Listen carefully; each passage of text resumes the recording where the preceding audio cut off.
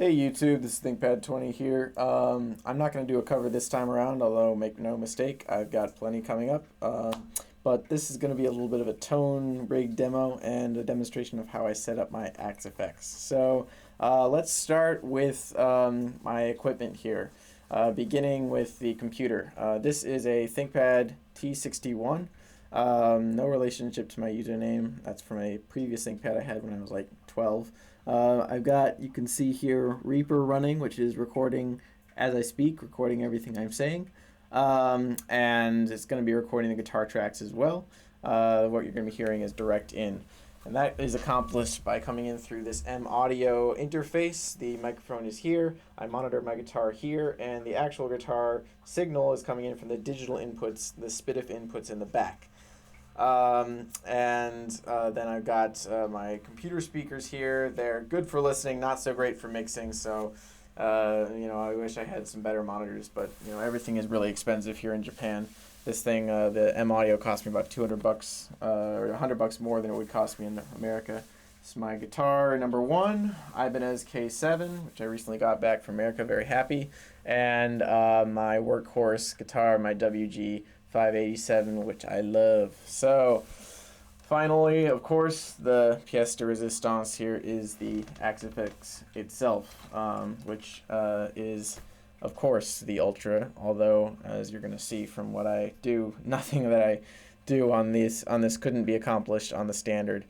So let's get down to business and see how I come up with these patches. So this is going to be focused on the window, which I hope you can see here, the editing window, the Axe effects, and first let's just kind of hear how this sounds. I'm going to just turn on the metronome and record a little bit guitar stuff so I can add drums onto it later on.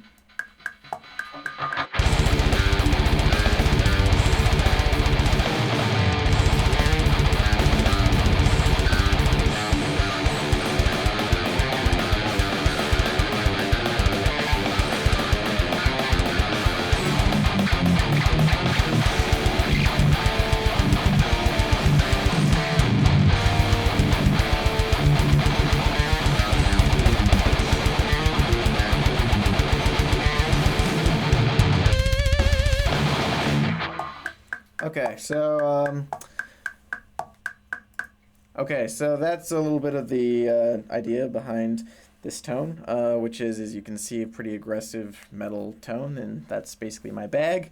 So now let's look at how this is constructed. This tone is made up of what you heard all there was this CAE3+, the lead channel. And it's not really an amp that I used too much until just recently when I stumbled on it and I really liked it. There's also a Mark IV in this patch, but I'm not using it for this because I just decided I didn't like it as much. This is basically how most of my patches are. There's input to drive to amp to cab and into a volume, which is only really there for combining the signals if there's a stereo source in front of it, which there is in this case. And the cabs in this case are the JCM 2000 cab and the 4x12 Cali, which is a Mesa cab. Two of my favorite cabs in the Axe. I have not tried the user, like any custom cabs or anything like that, even though I've had this for more than a year now. I just keep on telling myself I'll get around to it, but I get good results without it, or at least I think so. Alright, so now we're going to construct something from scratch, so you can just kind of see what I'm doing here. I don't know if it's going to be great, but you'll just kind of see my process as I go through here. So let's go to a new empty patch. Alright, so first we need to create a shunt. That's good. Now we just kind of press enter until we're all the way to the end. Alright, now we've got a straight line from input to output.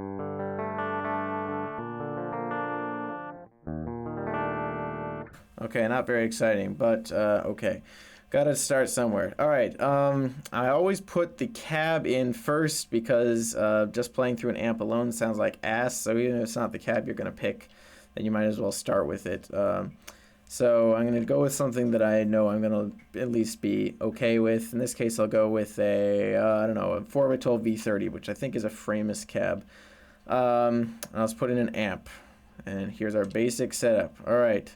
Whoops, screwed that up. Okay, amp in here. So obviously the amp model makes a difference, but in this case it doesn't really make that much of a difference for what I'm doing. I just want something high gain, so let's go with a good old standby of the DOS metal. Okay, this is one that I use a lot, and it sounds really good. So here's the basic sound of that amp into this cab.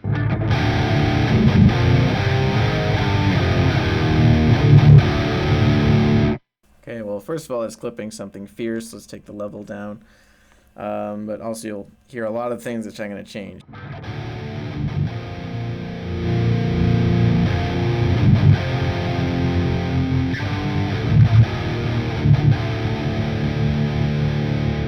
Alright, so it's really bassy, not too much clarity, and various other things. So here's kind of just my modus operandi that I always do. And there's a lot more things I can do, but I don't have too much time here, so I'm just going to kind of go through them really fast here. Always up the treble, always up the presence, sometimes to a fault, but upping the mids, of course, is generally advisable. Take down the bass a little bit because you can hear that bass is really overpowering. Depth as well, pretty much all the way down. I don't need any of it. I love damping all the way up. If I get time, I'm going to show you how the damping affects the tone. Don't have it quite all the way up here, but really high. Sag down. It's not really something that I adore here. Take the master up to open it up just a little bit. Level down to compensate for the master being up. And well, let's just hear how it sounds now after that change.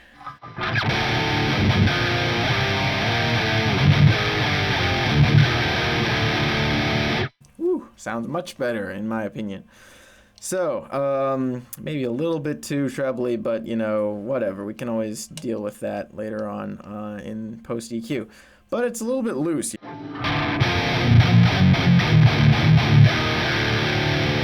Alright, it's got a little bit of hair in there, so a little bit of looseness. Now, one thing, of course, you can do is to put in a boost. So let's do that now. Then this is in this case, I'm going to use a TS808. There's many different kinds of boosts in here, and they all have their own thing that they do well. But the TS808 is something that I know delivers quite well. And I'm going to take the tone up. I like having a lot of treble before the amp. Level always goes all the way up for me. The drive usually goes down because I don't want too much distortion coming from the pedal itself. Now there's other settings as well, like this EQ here. You can set the bass, mid, and treble of the pedal itself. Sounds really nifty, and can do cool things like upping the treble. But anyway, let's hear how it sounds with the boost in front of it.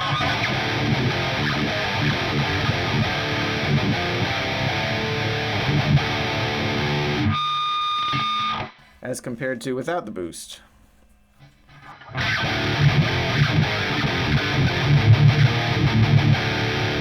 So you can hear that those palm mutes are really kind of muted or muffled without that boost, and I like having the boost, but the gain is too high. So take the drive down. When you got a boost in front, you got a lot of stuff coming into the amp. You don't need that much gain on the amp itself. So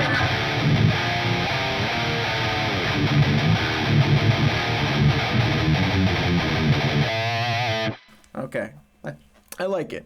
I like it, but I think it can be improved, which is why I'm going to go to the cab setting. Now, here I've got a cab that I like. Now, normally I would maybe try a stereo cab, but here for time purposes, we're just going to stick with this one. Basically, the cure that I have is my R121 condenser mic. Love this baby.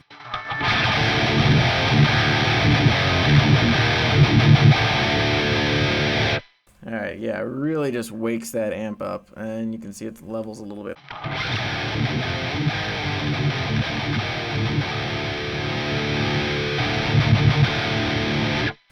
Alright, so now we've constructed a fairly decent patch. Could definitely tweak it more if I had more time, but this is basic drive, amp, cab setup in just a couple of minutes, and that's essentially what I do when I'm setting stuff up. After that, it's all just kind of trust your ears, try something here, try something there, and then it works. So I hope this was informative, and maybe I'll make more detailed stuff later on. But stay metal and take it easy. Bye.